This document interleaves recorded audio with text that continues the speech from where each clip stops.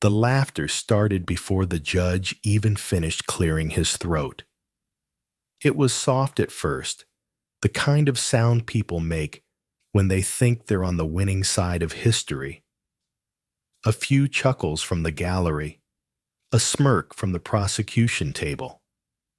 Even one short, careless laugh from someone in the jury box who immediately tried to swallow it back. Naomi Carter stood alone at the defense table and felt every sound land on her skin. Ms. Carter, Assistant District Attorney Blake Holloway, said, his voice smooth and confident. Would you agree that you've been under significant financial stress? Naomi didn't answer. She kept her hands folded in front of her fingers, gently interlaced, resting against a wooden table that had seen 100 defendants before her. Her charcoal gray suit was clean, but dated the fabric softened by years of careful use. She had bought it at a Goodwill in Inglewood after her second interview was postponed because she couldn't afford dry cleaning. She remembered thinking, this will have to be enough. Blake Holloway turned slightly toward the jury, already sensing momentum. Ladies and gentlemen, he continued pacing, slowly. We're not dealing with a mystery here. We're dealing with motive. Ms. Carter is a single mother. She works a clerical accounting job. Her credit card balances are maxed out. Her rent is past due. And then suddenly $50,000 goes missing from a charitable fund meant for disadvantaged youth. He paused, letting the implication hang in the air. Naomi felt her jaw tighten. She focused on her breathing. In through her nose, out through her mouth, the way her father taught her when she was a child, then the world felt too loud. Blake glanced at her suit, then back at the jury. I know it's uncomfortable to talk about money. Poverty is uncomfortable. But discomfort doesn't excuse theft. And motherhood being a mother does not grant immunity from accountability. That did it. A ripple of laughter spread through the room, louder this time. Not cruel laughter, Blake would later insist. Just the sound of people bonding over a shared assumption. Naomi's public defender shifted uncomfortably beside her. He opened his mouth, then closed it again. Blake pressed on. In fact, he said one might argue that stealing from a children's charity while raising a child of your own sends a particularly troubling message. What lesson is being taught there? Naomi lifted her eyes for the first time. Across the room, Judge Richard Hale sat high on the bench, his reading glasses perched low on his nose. He did not smile, but he didn't intervene either. His expression was one Naomi had seen before, detached, mildly curious, already tired of the case. Mr. Holloway, the judge, said at last, let's avoid editorializing. Of course, Your Honor, Blake replied quickly. Though the damage had already been done, he turned toward Naomi, lowering his voice just enough to sound reasonable. Ms. Carter, this court values honesty. If you're willing to accept responsibility today, the state is prepared to recommend leniency. Naomi said nothing. Blake leaned closer, his tone dropping another notch. Think carefully. Trials are risky, especially for someone in your position. In your position. Naomi knew exactly what that meant. She thought of her son, waiting at home with a neighbor, his backpack still by the door, because he believed she'd be back before dinner. She thought of the note she had taped to the fridge that morning. Mom will explain everything soon. Be brave for me. Ms. Carter, Judge Hale said, his voice firm now. Do you understand the consequences you're facing if this goes to verdict? Yes, Your Honor, Naomi replied softly. Her voice surprised the room. It was steady, calm, not what they expected. And yet, the judge continued, "You've chosen not to testify, not to explain, not to deny."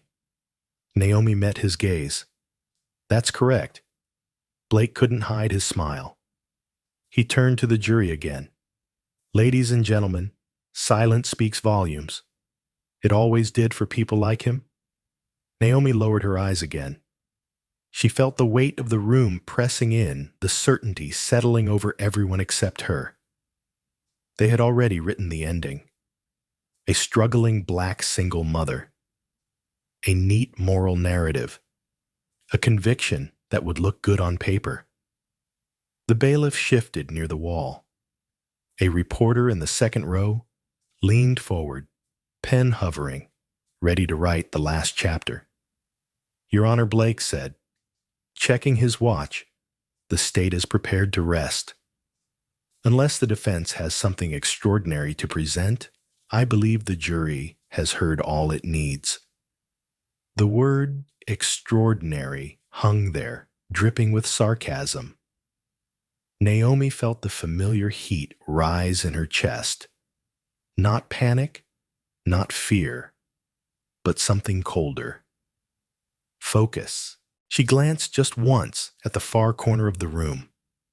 On the judge's bench, slightly behind a stack of files and an outdated nameplate, sat a phone no one ever used. It was red.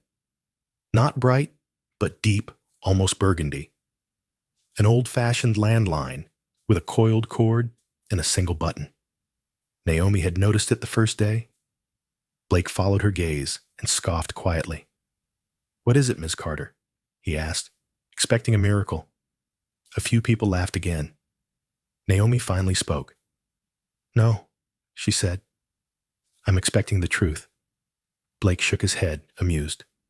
"The truth is already here, and it's not wearing a designer suit." Judge Hale exhaled impatience creeping in. "Ms. Carter, unless you have a witness ready to enter this courtroom immediately, I'm prepared to move forward."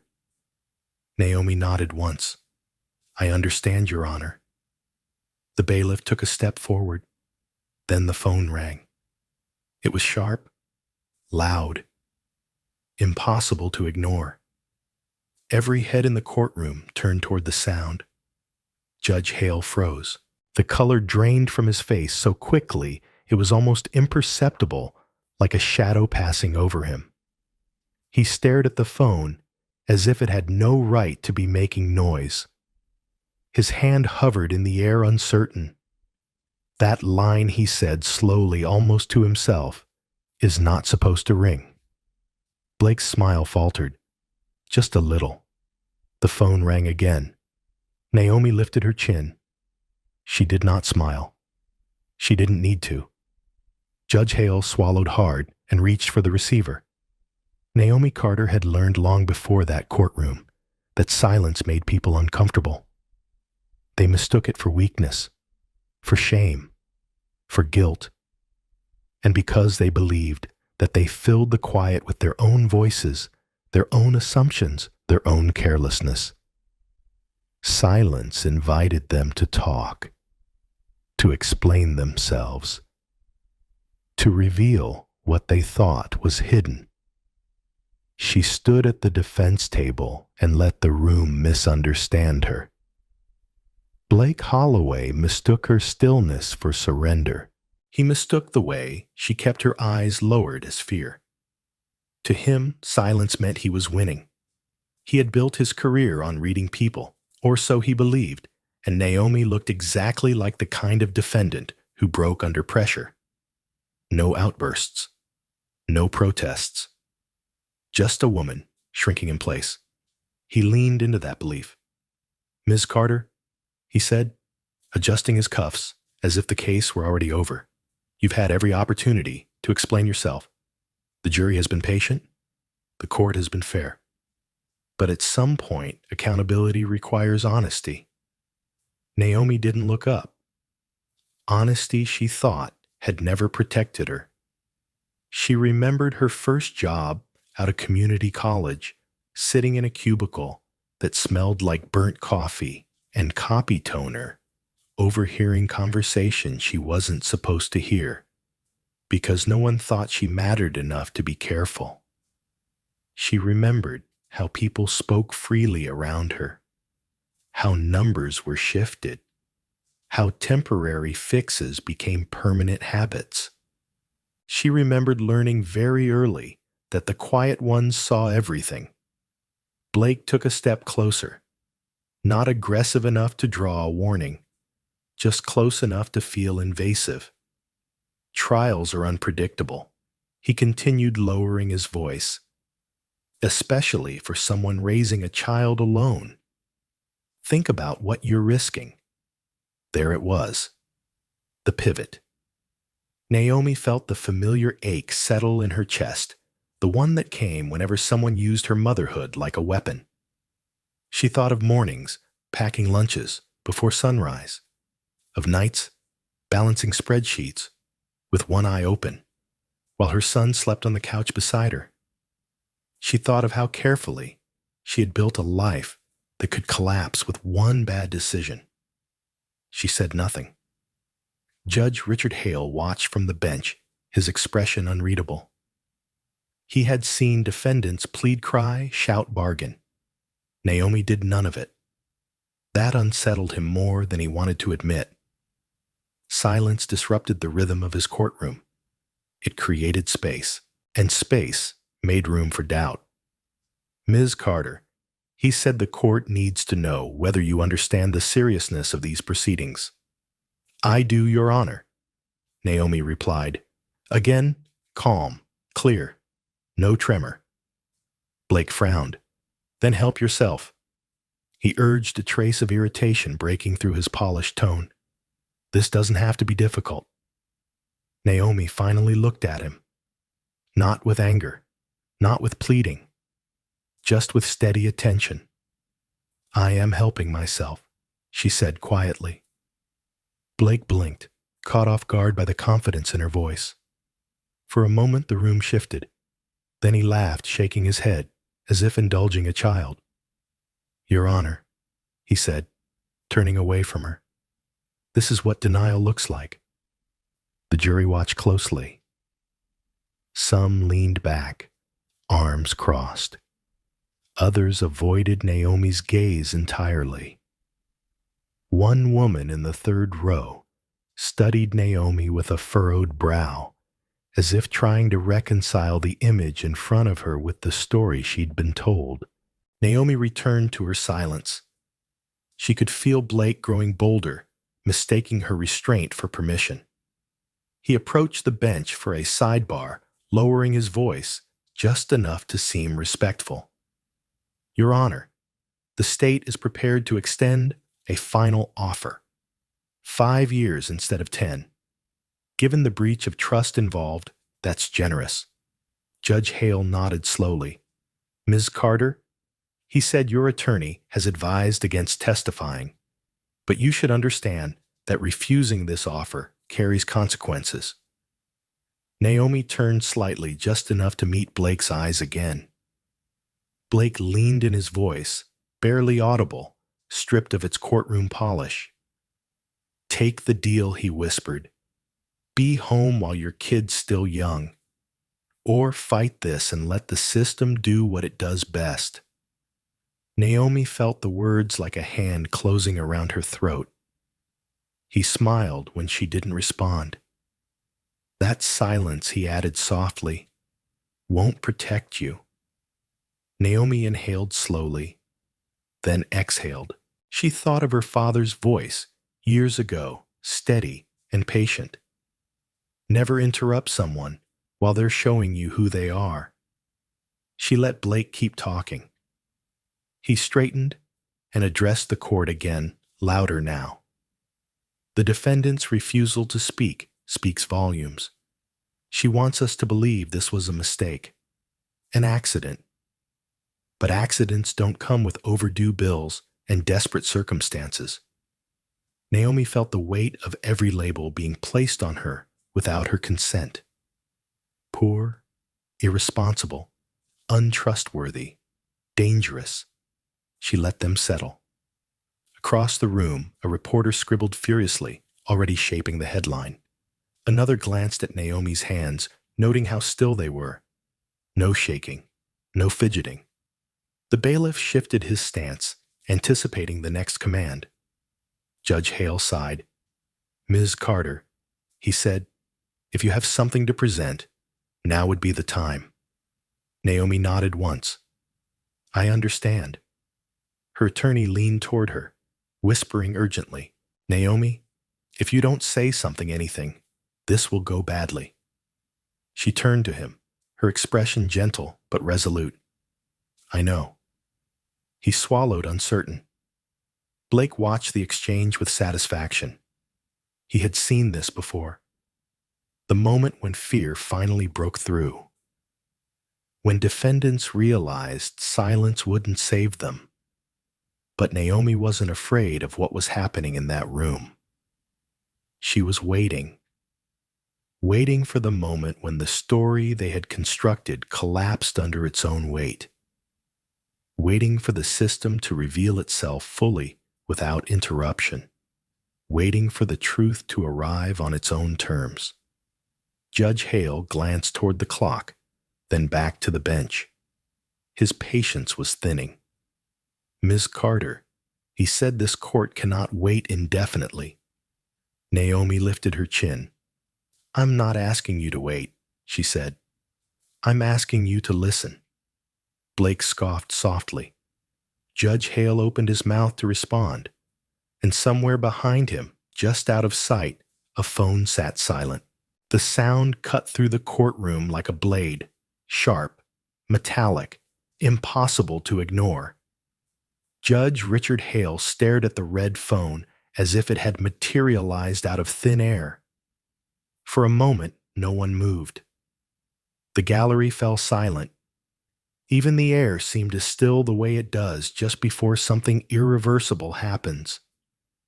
That line, Judge Hale said quietly, his voice no longer carrying the authority it had minutes earlier, is not scheduled.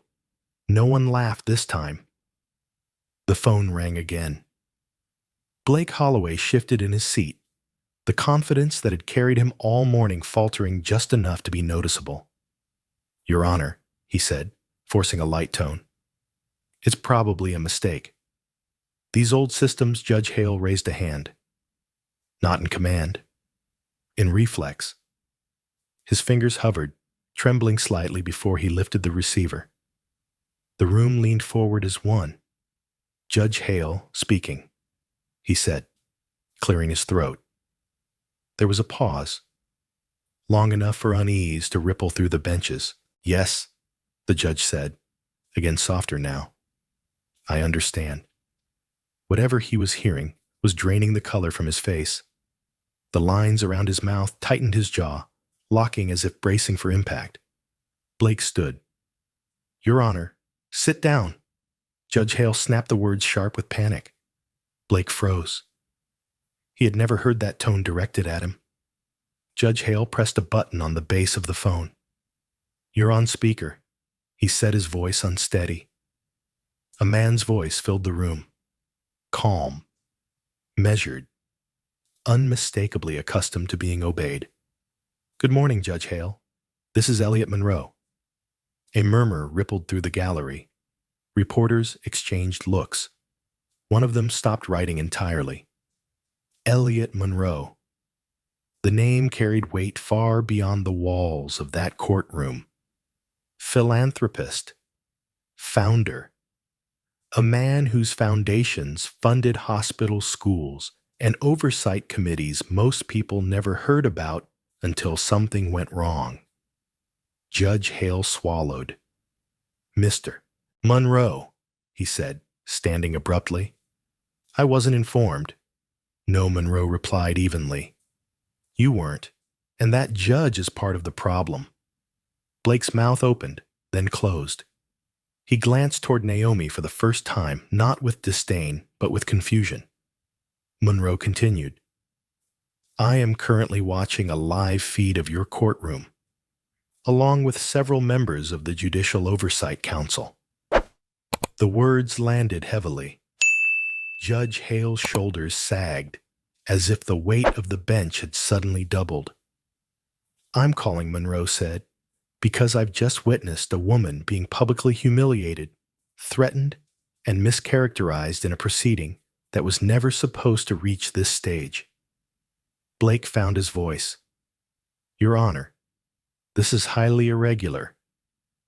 The defendant, Mr. Holloway Monroe, interrupted his tone, still calm, now edged with steel. "You will have an opportunity to speak. You may not like when that opportunity arrives." Blake sat down slowly. Monroe's voice softened just slightly. "Ms. Carter, are you able to hear me?" Naomi lifted her chin. "Yes, Mr. Monroe." For the first time, the room really looked at her. She no longer seemed small behind the defense table. Her posture had changed, shoulders back, spine straight, not defiant, grounded. "Ms. Carter," Monroe said, "for the record, would you please state your current role within my organization?" Blake shook his head in disbelief. "Your Honor, this is absurd." Judge Hale didn't respond. He couldn't. Naomi took a breath. "My name is Naomi Carter," she said, her voice steady and clear. "I am a senior internal compliance auditor assigned to a long-term investigative review authorized directly by Elliot Monroe." The words settled slowly like dust after a collapse. Blake laughed once sharp and disbelieving.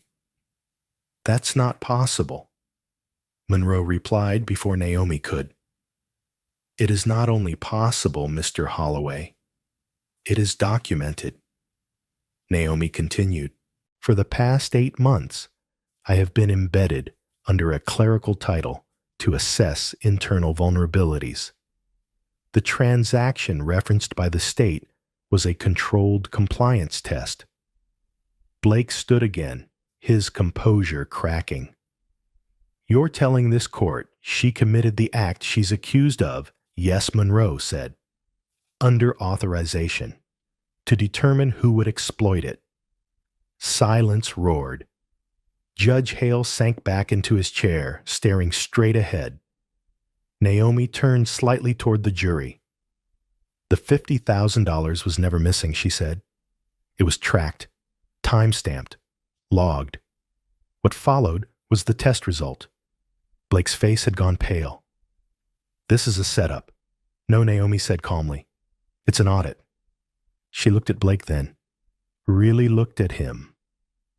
The man who had mocked her clothes, her finances, her motherhood. "You assumed I was desperate," she continued. "You assumed I was careless. You assumed no one important would notice how you treated me." Monroe's voice returned firmer now. "Judge Hale, this proceeding is compromised. The state's narrative was built on selective evidence and unverified assumptions. That is being addressed." Judge Hale nodded weakly. "Yes, of course." Naomi felt the shift in the room. It was subtle, but undeniable. The certainty that had wrapped itself around her earlier was unraveling thread by thread. Blake searched the faces of the jurors looking for the easy agreement he'd enjoyed an hour ago. He didn't find it. One juror leaned forward, eyes narrowed. Another crossed his arms, expression darkening. Naomi spoke again. "If I had told you who I was when I walked into this courtroom, she said you would have treated me differently." Blake swallowed hard. "And that," Naomi continued, "is why I didn't." She turned back to the judge. "Your Honor, the reason this phone rang today is not because of who I am." Judge Hale looked at her eyes rimmed with red. "It rang," Naomi said, "because of what was allowed to happen when you thought I was nobody." The phone line clicked softly as Elliot Monroe exhaled. "Judge Hale, he said we will be requesting a full review of this case and the conduct surrounding it. Effective immediately." Yes, the judge whispered. Yes, of course. Naomi remained standing, calm in the center of the storm. She hadn't interrupted, only allowed to reveal itself. The phone that never rang had spoken, and nothing in that courtroom would ever sound the same again. The courtroom no longer belonged to Blake Holloway. That truth settled slowly, painfully, as if the room itself had shifted a few inches to the left and left him standing off balance. The confidence he had worn like armor now hung loose, ill-fitting his movements, suddenly deliberate, cautious. He adjusted his tie, once then again, as if the simple act might restore order. It didn't. Naomi Carter stood a few steps away from the defense table now, not because she had been invited forward, but because the space had opened for her. Judge Richard Hale hadn't told her to move. He hadn't told her not to. He was too busy staring at the bench in front of him, as though answers might be carved into the wood. "Mr. Holloway," Naomi said calmly, breaking the silence you asked earlier, what lesson I was teaching my son. Blake looked up, startled by how close she sounded. "This isn't the time it is," Naomi replied. Her voice wasn't raised.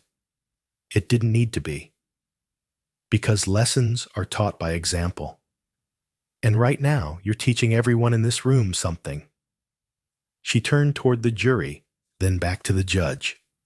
"With your permission, Your Honor, I'd like to clarify what the state has referred to as missing funds." Judge Hale hesitated, then nodded. "Proceed." Naomi reached into her folder and removed a single document. She didn't rush. She didn't dramatize it. She simply held it up. "The transaction in question," she said, "was a controlled compliance test authorized by my employer. The funds were never stolen. They were observed." Blake scoffed, though the sound came out thin. "That's semantics." "No," Naomi said. "It's methodology." She placed the document on the evidence screen. Numbers appeared. Timestamps, authorization codes, internal routing paths. This transfer, she continued, was flagged internally within minutes. What mattered wasn't whether the money moved. It was who reacted, who delayed, and who attempted to control the narrative afterward. Blake stepped forward. "You're suggesting the prosecution is on trial here?" Naomi met his gaze. "I'm saying the facts deserve the same scrutiny you demanded of me." Judge Hale leaned forward. "Mr. Holloway," he said carefully, "were you aware of these compliance protocols?" Blake hesitated. A beat too long. "I was provided with the materials submitted by investigators," he said. "I acted in good faith." Naomi nodded once. "Then you won't mind explaining why you dismissed internal alerts dated 3 weeks prior to my arrest." She tapped a key. A new screen appeared. An email. Blake's name sat clearly in the header. The room inhaled as one. Blake's face flushed. That email was preliminary. It was a warning, Naomi corrected. "From your own office." Judge Hale's brow furrowed.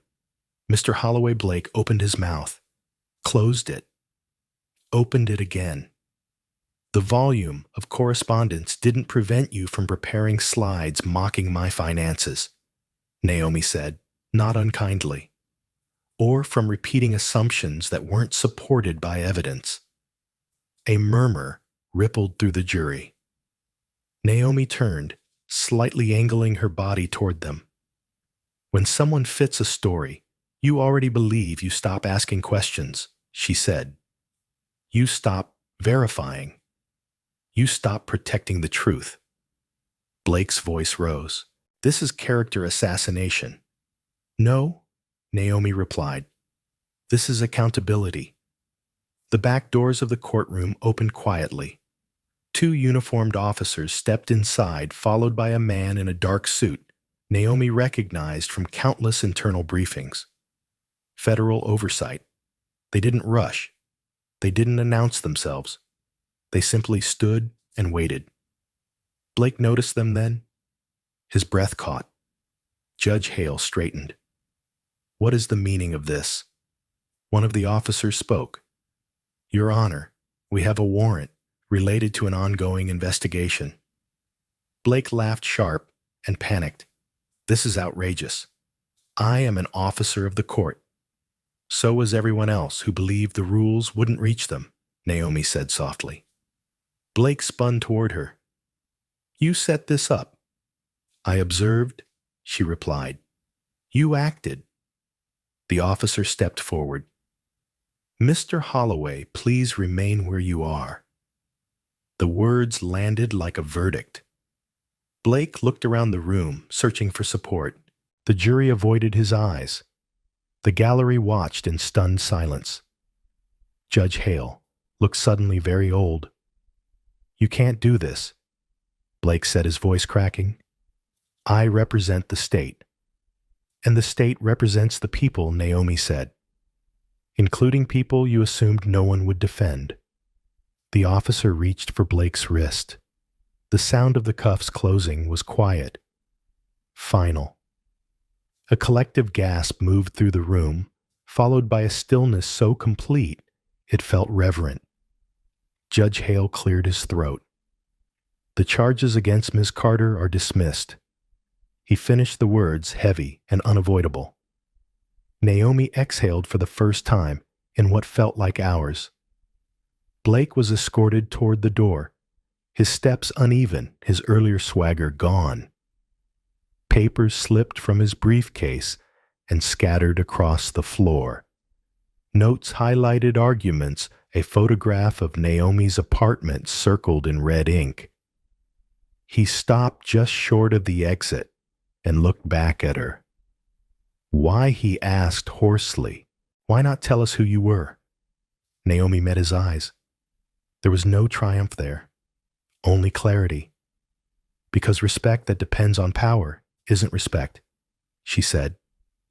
"And I needed the truth to speak louder than my resume." Blake was let out. The doors closed behind him with a muted thud. Judge Hale sat motionless for a moment, then stood. "This court will recess," he said quietly. No gavel struck. Naomi gathered her papers, her movement steady. The room buzzed now, not with laughter, but with disbelief. Conversations whispered and died the moment she passed. As she reached the aisle, one juror stood. "Ms. Carter," the woman said, voice trembling slightly. "I owe you an apology." Naomi paused. She nodded once. "Thank you." She walked out of the courtroom, not as a victor, but as something more enduring. Someone who had been seen. The courthouse emptied more quietly than it had filled.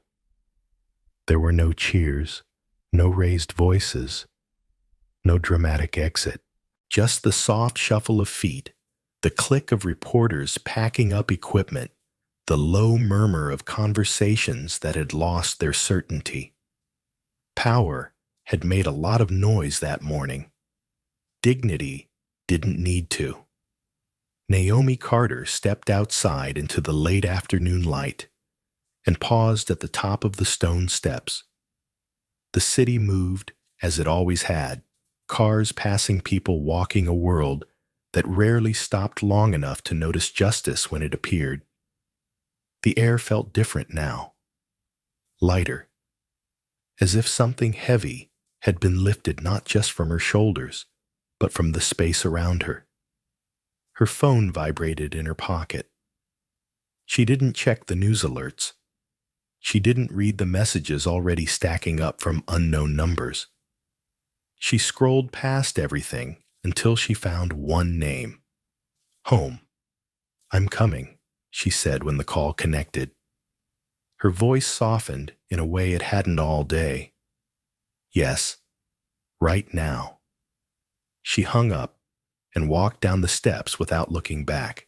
At the corner, she stopped at a crosswalk and waited. A man beside her glanced over recognition, flickering in his eyes. He opened his mouth as if to say something, then thought better of it. Naomi gave him a small nod anyway. It wasn't forgiveness. It wasn't absolution. It was simply acknowledgement. Across town, in a modest apartment with a cracked window frame and a couch that had seen better years, her son sat at the kitchen table coloring. He had stayed inside the lines longer than usual, concentrating hard, waiting. When Naomi unlocked the door, he looked up startled, then grinned so wide it made her chest ache. "Mom."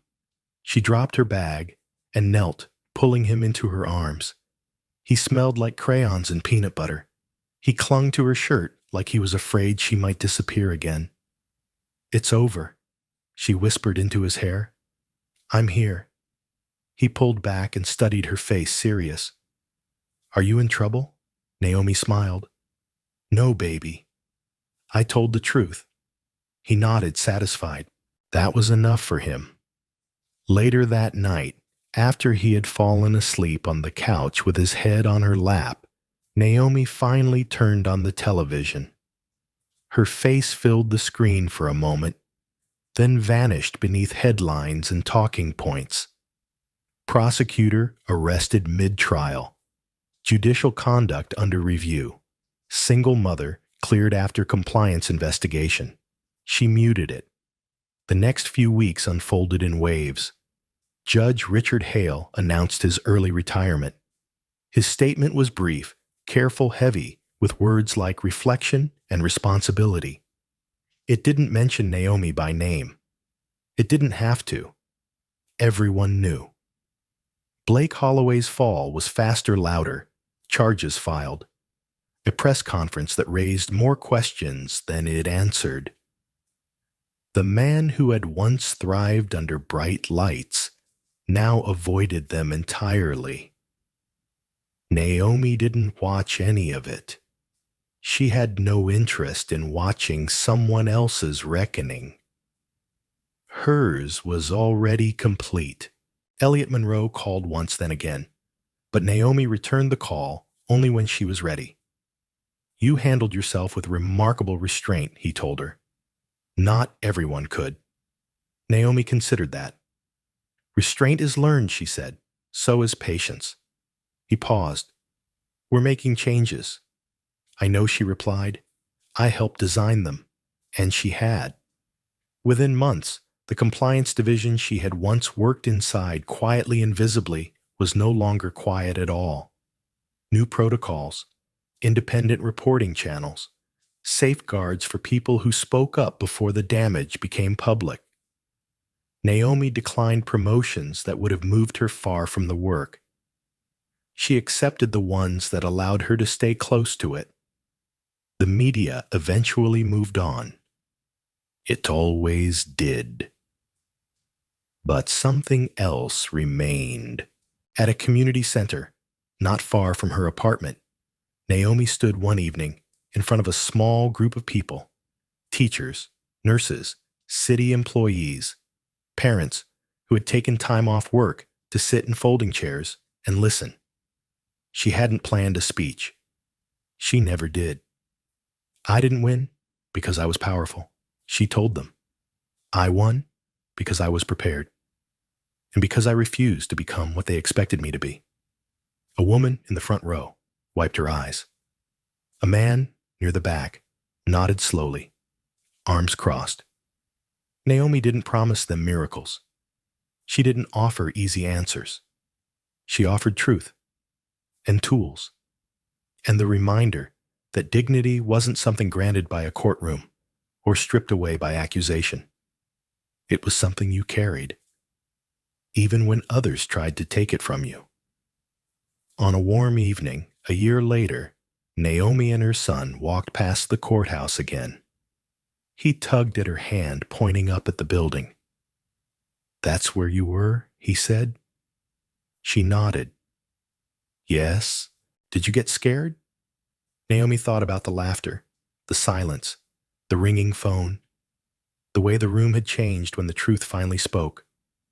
I got steady, she said. That's different. He considered that, then smiled. I want to be steady too. Naomi squeezed his hand. You already are. As they walked on, the building behind them stood exactly as it always had. Stone, imposing, powerful. But power, Naomi knew now, was temporary. Dignity wasn't. It lingered. It echoed. It outlasted the noise. And long after the laughter had faded, it was dignity that remained. Naomi Carter's story did not begin with power, and it did not end with revenge. It began where so many real stories begin, inside a system that believed it already knew who she was. A courtroom full of strangers thought they had her measured, a black single mother, a modest job, a quiet demeanor, an easy narrative. They mistook restraint for weakness and silence for surrender. And in doing so, they revealed something far more important than her guilt or innocence. They revealed how quickly dignity is stripped away when people believe someone has nothing to offer in return. What unfolded in that courtroom was not just a legal reversal. It was a moral one. Naomi did not win because she spoke louder, dressed better, or demanded special treatment. She won because she allowed the system to expose itself. Every laugh, every assumption, every careless word spoken over her silence became part of the record. When the truth finally arrived, it didn't need theatrics. It only needed space. The phone call that froze the judge was never about authority. It was about accountability. The shock wasn't that someone powerful intervened. It was that power had been watching the entire time, waiting to see how an ordinary woman would be treated when no one thought it mattered. Naomi's quiet endurance forced the courtroom, the prosecutor, and even the judge to confront their own behavior.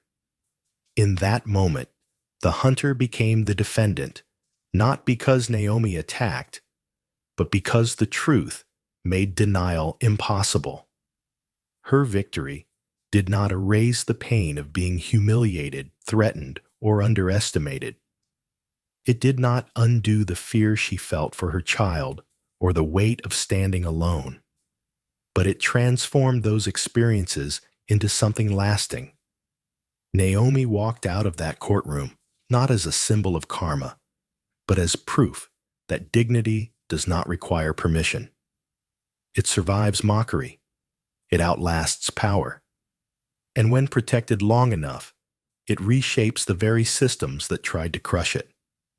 The deeper lesson of this story is not that justice always arrives dramatically, or that the powerful will always be exposed. The lesson is subtler and more demanding. It is that how we treat people when we believe they have no leverage is the truest measure of our character. It asks us to reflect on our own assumptions, especially in moments when we feel certain, superior, or entitled to judgment. Naomi did not change the outcome by proving she was exceptional. She changed it by refusing to become invisible to herself. For those watching today, especially adults who have spent decades navigating workplaces, institutions, and social systems, this story offers a powerful reminder. You do not have to announce your worth for it to be real. Preparation matters. Integrity matters. And sometimes the most effective response is not to react, but to remain steady until the truth has nowhere left to hide. In everyday life, this means choosing composure over impulse. It means documenting, preparing, and protecting your values even when no one is watching.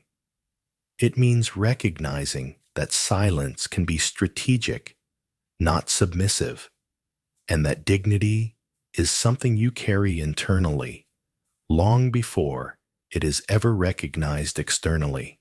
When you are underestimated, you are being given information, not about yourself, but about the people around you.